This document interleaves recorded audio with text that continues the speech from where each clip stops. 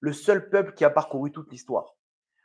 L'empire babylonien, l'empire, les Constantins, les Grecs, les Romains, c'est des empires surpuissants. L'Égypte ancienne, les nazis, ils ont conquis toute l'Europe.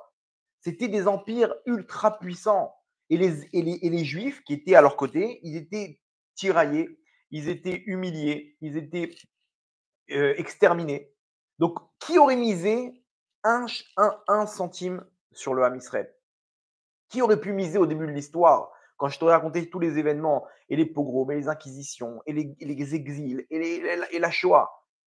Aujourd'hui, on est en 2023 sur notre terre, un peuple uni, et on aurait pu dire un peuple fort, avec une belle armée, avec un.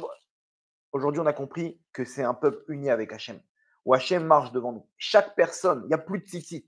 Tous les Chayalim, ils ont pris tous les tzitzit. Il n'y a plus de tzitzit. J'essaie de trouver pour les Chayalim, on me demande des tzitzit. On ne trouve pas. Il n'y a pas, il n'y a pas. C'est-à-dire maintenant, le Ham Israël, il s'est réveillé. On arrive face à cet événement qui nous met face, qui fait descendre Hachem face à nous dans la Géoula finale. Et il n'y a plus, maintenant, il y a plus de différence. Là, aujourd'hui, alors, là, il y a quelqu'un qui m'a dit de source sûre comment, à la Kyria, c'est le centre de commandement des armées à Tel Aviv, c'est là où ils prennent les décisions, ils se réunissent, le chef d'état-major, les conseillers, les hauts placés, les chefs de renseignement et tout.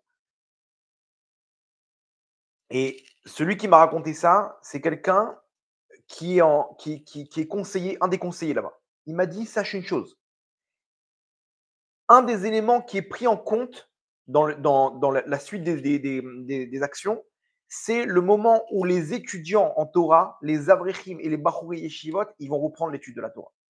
C'est-à-dire que ça s'est passé hier, et donc, non, on est mercredi, c'est passé lundi. Lui, il m'a dit ça dimanche. Il m'a dit qu'il n'y aura aucune attaque tant qu'on ne sera pas tous ensemble. C'est-à-dire qu'ils ont compris que cette étude de la Torah, elle protège. Ils ont compris qu'il faut Hachem avec nous. Hachem, il a besoin de tous les éléments spirituels et matériels. C'est une unité, c'est une voiture. On a besoin du volant, on a besoin des roues, on a besoin chaque chose pour qu'Hachem il puisse prendre le volant. On a besoin de toute la voiture. On passe de la carrosserie au petit boulon du moteur. Et là, c'est ce qui est en train de se passer. Tout est pris en compte. Il n'y a plus de gauche, il n'y a plus de droite. On était, que vous puissiez comprendre un peu dans quel état d'esprit on était. Il y avait une séparation en Israël entre la gauche et la droite. Ceux qui prétendent,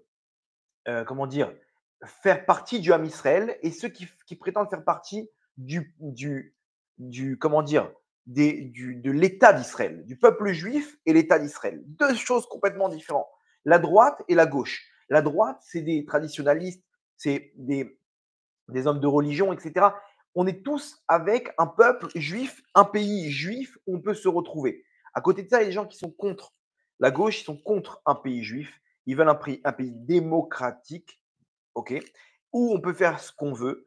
Et ils sont suivis par l'agenda de la gauche mondiale, ok, des États-Unis. On veut un nouvel ordre mondial avec des valeurs, on prône des valeurs d'ouverture d'esprit, où les hommes avec les hommes. Il faut que ça, et Israël, c'est les numéros un dans ça. Ils vont à l'extrême, à l'extrême. Et Tel Aviv, ça devient la capitale des homosexuels.